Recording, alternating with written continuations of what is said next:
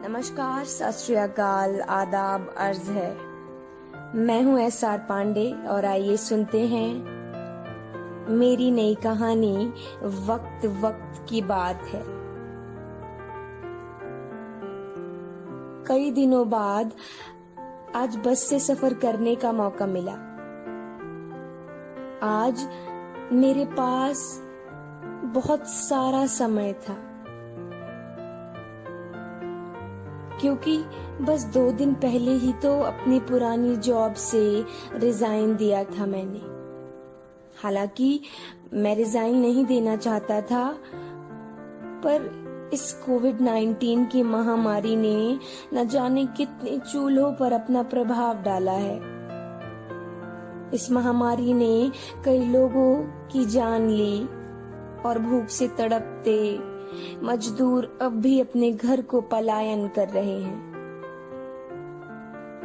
वो ये सोच रहे हैं इस सोच के साथ कि उनकी जान बची रहेगी। जैसा कि हमारे श्री प्रधानमंत्री जी ने कहा अपने प्रचार प्रसार में कि जान है तो जहान है।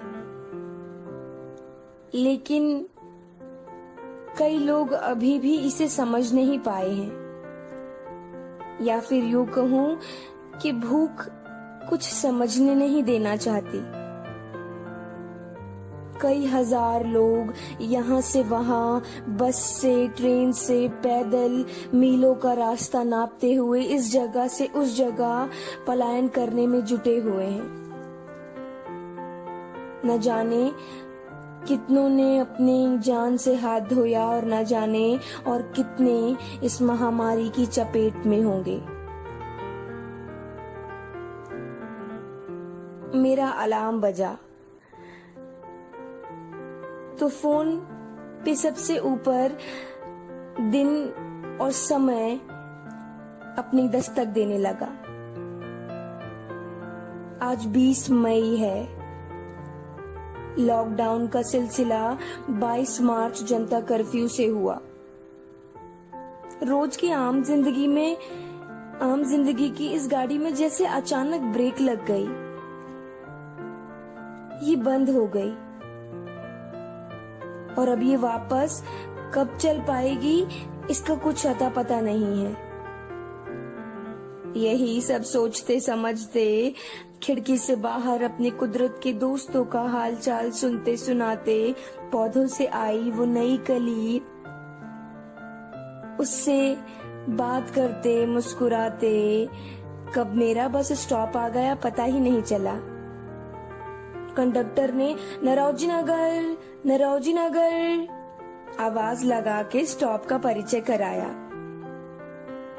मैं सीट से उठा और सोशल डिस्टेंसिंग बनाते हुए उतरा। उतरते ही बिना आव दाव देखे अपने हाथों को सैनिटाइज किया और मास्क को हटा के आए पसीने को रुमाल से साफ किया और फिर मास्क दोबारा लगा लिया। मैं आज इंटरव्यू के लिए आया हूँ यहाँ। नरौजी नगर का भव्य निर्माण हो रहा है और मैं सिविल इंजीनियरिंग करके 15,000 की जॉब का इंटरव्यू देने आया हूँ आज। खैर, ऑफिस पहुंच गया हूँ मैं, और मैं अकेला नहीं हूँ। मेरे जैसे और भी कई लोग हैं और कोई भी सोशल डिस्टेंसिंग का हिसाब ही नहीं लगा पा रहा, या कहूँ कोई सोशल डिस्टेंसिंग करने में इंटरेस्टेड ही नहीं है। मैंने वहां खड़े एक आदमी जिसने लाल रंग की कमीज पहनी है उसकी तरफ देखा। उसके मुंह में गुटखा है और आंखें चारों ओर घुमाता हुआ गुटखा खाते खाते वो बोल रहा है, या यूं कहूं कि बोलने की कोशिश कर रहा है कि अरे अपना फॉर्म यहाँ दे दो, अरे आप सब भाई लोग सब लोग अपना फॉर्म यहाँ सबमिट कर दो। स्वभाव से तो बहुत ही तेज मालूम होता है। मैं गया उसके पास और बोला, सर मेरा भी फॉर्म है। फॉर्म निकालते हुए आधार कार्ड और एक्स्ट्रा फोटोकॉपी नीचे जमीन पे गिर गई। मैं उठाते हुए बोला, कितने लोग हैं? वो गुटखा खाते हुए मुंह से बोला, तुम लोगों की चिंता मत करो, तुम ये बताओ कि तुमको ये जॉब चाहिए कि नहीं चाहिए, बस इतना बताओ। मुझे सब कुछ समझ आ रहा था, लेकिन सब कुछ समझ आते हुए भी अनजान बनने की कोशिश की और पूछा, क्या कहा आपने? मेरा चांस है क्या? वो फट से बोला, अरे अरे धीरे बोलो, धीरे बोलो।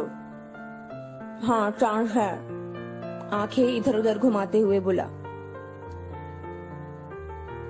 पर कुछ खातिरदारी करनी पड़ेगी। उसने इशारे से बोला। मुझे पता है ये सब गलत है, पर इस समय नौकरी से ज्यादा और जरूरी क्या हो सकता था? हालांकि मुझे याद है वो दिन जब मैं कॉलेज से नया नया निकला था। मेरा पहला इंटरव्यू था और पीएन ने चापलूसी करते हुए मुझसे कहा था कि मैं आपकी सिफारिश कर दूंगा साहब से, आप बस मेरी चाय पानी का ध्यान रखना। ये सुन के मुझे बहुत गुस्सा आया था। मैंने उस पे बहुत गुस्सा किया और रनिंग गवर्नमेंट पे भी। मैंने तो पीएम को मेल तक लिख दिया था। पर आज मैं यहाँ खुद गिल्ट में खड़ा हूँ। मैंने आंखें झुकाते हुए बोला, कितने लग जाएंगे सर? उसने कहा, देखो भाई, 1 मंथ की सैलरी और नौकरी पक्के होने पर 10,000 रुपए लगेंगे, ठीक है? मैं चौंकते हुए बोला, क्या? मन में मैंने सोचा कि पैसे नहीं है तभी तो नौकरी के लिए यूं धक्के खाने पड़ रहे हैं। मैंने धीरे से बोला, सर ये बहुत ज्यादा है, इतना तो नहीं हो पाएगा। उसने आंखें घुमाते हुए बोला, देखो 10 से 8,000, इससे कम 1 रुपया नहीं, समझ रहे हो? ऐसा लगता था जैसे वो मोल भाव कर रहा है। अब जब मुझे पता लगा, या यूं कहूं कि पता चल गया कि मेरे बस की नहीं है, मैं इतने पैसे दे ही नहीं पाऊंगा, तो मैं तेज के चिल्लाया ताकि और लोगों का भला हो जाए। क्या पता डर के ये किसी और को ही जॉब दे दे। मैं बोला कि आप लोग ऐसी नौकरी बेचते हैं, मैं कंप्लेन करूंगा आप लोगों की। पर उसके मुंह पे जरा भी सिकन नहीं आई और अपने गार्ड को इशारा करते हुए बोला, निकालो इसे यहाँ से, निकलो यहाँ से। पता नहीं कहाँ कहाँ से आ जाते हैं। पूरा मूड खराब कर दिया। मुझे गार्ड ने बिना कुछ पूछे दूध पे पड़ी मक्खी की तरह बाहर फेंक दिया।